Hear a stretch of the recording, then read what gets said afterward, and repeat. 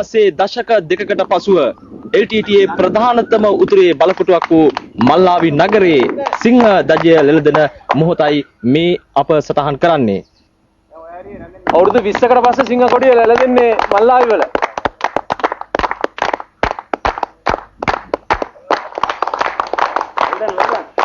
LTTA ග්‍රහණයේ තිබූ මල්ලාවි නගරය යුද හමුදාව මුළුමනින්ම අත්පත් කරගෙන සිටිනවා. මෙම මල්ලාවි නගරය උතුරේ වැඩිම සිවිල් පිරිසක් ජීවත් වන ප්‍රදේශයක් මෙන්ම LTTA ප්‍රධානතම මරමස්ථාන පිහිටි නගරයක් ලෙස සැලකිය හැකියි. LTTA නායක වේලුපිල්ලේ ප්‍රභාකරන්ගේ මදුවදනී බිරිඳගේ උපන් ගම වූයේ මේ මල්ලාවි නගරයයි.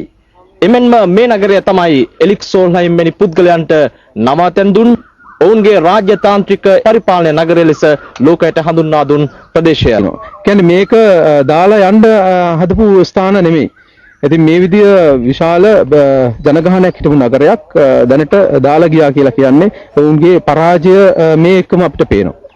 දැන් මේ ඉන්නේ මල්ලාවි නගරය. මේ තමයි මල්ලාවි ටවුන් එක. මේ තමයි තුරුක්කායි සිට මල්ලාවි හරහා මාන්කුලම් යන ප්‍රධාන මාර්ගය. මේ මල්ලාවි නගරය අත්පත් කරගන්න අපි හොඳ සැලසුමක් ඇතුව තමයි අපේ සෙබළුන්ගේ ශක්තිය සහ ධෛර්යය යොදාගෙන තමයි අපි මේ මල්ලාවි නගරය අත්පත් කරගත්තේ. ඒ සෙබළුන්ගේ හොඳ මානසිකත්වය සහ අපිට ලැබුණු හොඳ නායකත්වය යටතේ අපිට මේ නගරය අත්පත් කරගන්න ලැබුණා. කිලිනොච්චිය හැරුණු විට රාජ්‍ය බැංකු පිහිටා තිබෙන LTTA ග්‍රහණයේ පවතින එකම ප්‍රදේශය මල්ලාවි නගරයයි. කැනඩාව, ප්‍රංශය වැනි රටවල මෙහි ජනතාවගේ ඥාතීන් බහුල ලෙස රැකියාවල නිරතව සිටීම බැංකු සේවාවලට ඉඩ ලැබීමට හේතු විය හැකියි. එහෙත් LTTA ඔවුන්ගේ ඊළාම් බැංකුවක් මෙහි පිහිටුවා තිබෙන අතර ජනතාවට මුදල් තැන්පත් කිරීමට ඉඩ දී ඇත්තේ එහි පමණයි. විදේශීය රාජ්‍ය නොවන ආයතන ගණනාවකම උතුරේ මූලස්ථාන මෙහි පිහිටුවා තිබෙනවා.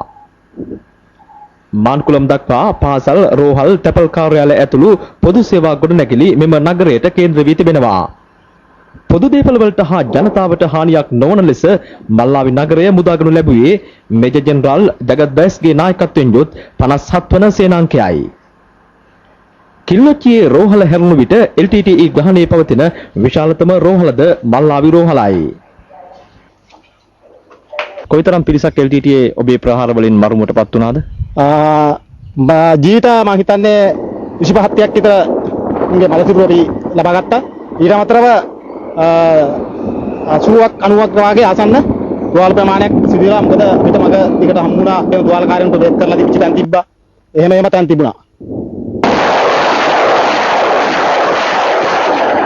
මේ අතර 58 වන සේනාංකය පුනරින් කොඳුනාරටිය ලෙස සැලකෙන නාච්‍ය කුඩා අක්කරයන් කොළම් LTTA ආරක්ෂක බැම්මේ තවත් විශාල ප්‍රදේශයක් අද බිඳහෙනු ලැබුවා.